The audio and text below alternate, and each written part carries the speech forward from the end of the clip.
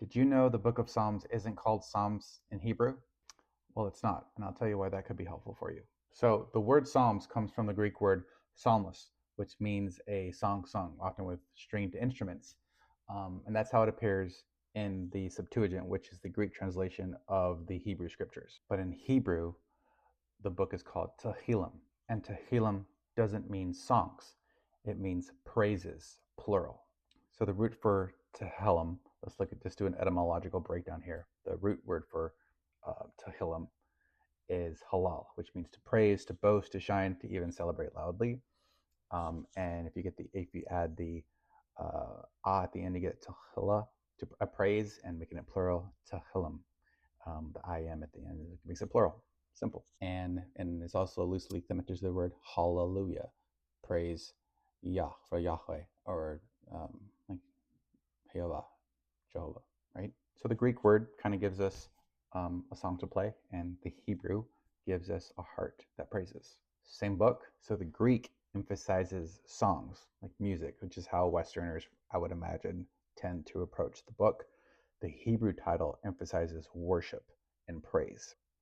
Two different lenses and perspectives on how to approach it when you read it. And maybe that's how we can approach and change how we read Tehillim, the book of Psalms, is, not as potential lyrics that you might hear on the radio, but as declarations of praise, even in lament or intense crisis or repentance or deep sorrow, that our hearts can still cry it to an all-knowing and seeing and living God.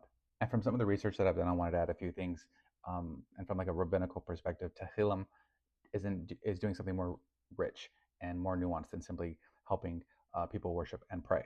And although it does that, it's technically not prayer itself. That's important, but in a sense, it's the preparation for prayer, but it isn't the prayer itself. It's a companion for your whole life. It's a cry for intercession in times of crisis. And I'll just read a few quick things that I read. It facilitates prayer. It offers comfort and protection, which absolutely is true. Provides self-reflection and a deeper connection with God, but expresses praises, teaches the importance of worshiping and thanking God for his faithfulness and his actions. And I think this is really critical. So I wanted to read something because I won't be able to say it as well as this, but rabbis regard the book of Psalms as Sefer Tehillim, as the second Pentateuch, whose composer David was likened to Moses. So just as Moses gave Israel the Pentateuch, the first 5 books of the Bible, of Torah, David gave them the 5 books of Tehillim. Sorry, it's really hard for me to say.